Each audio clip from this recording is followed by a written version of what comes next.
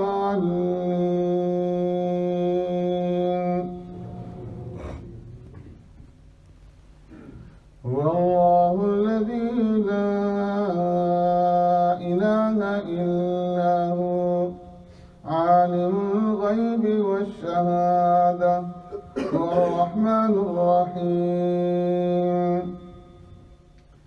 هو الله الذي لا إله إلا هو الملك القدوس السلام المؤمن المهيمن العزيز الجبار المتكبر سبحان الله عما يشركون. هو الله الخالق البارئ المصور له الأسماء الحسنى يسبح له ما في السماوات والأرض وهو العزيز الحكيم.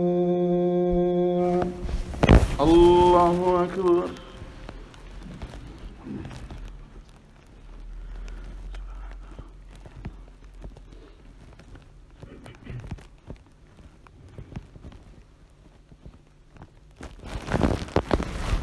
سمع الله لمن حمده. الله أكبر.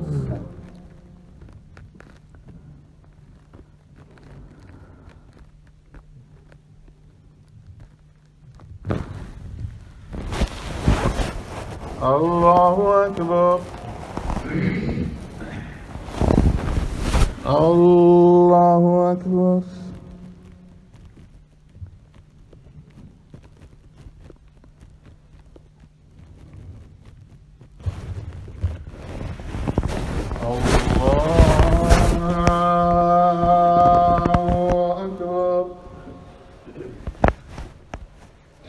الحمد لله رب العالمين الرحمن الرحيم مالك يوم الدين إياك نعبد وإياك نستعين اهدنا الصراط المستقيم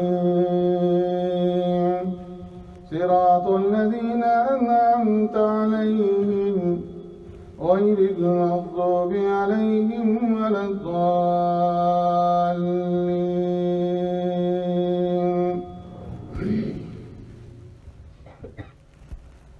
فذكر إنما أنت مذكر لست عليهم بمسيطر إلا من تولى وكفر فيعذبه الله العذاب الأكبر إن إلينا إيابهم ثم إن علينا حسابهم.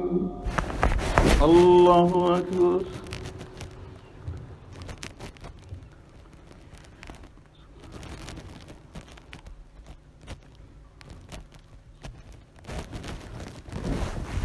سمع الله لمن حمده. الله أكبر.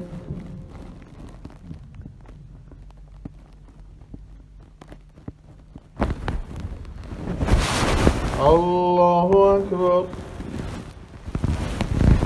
الله أكبر.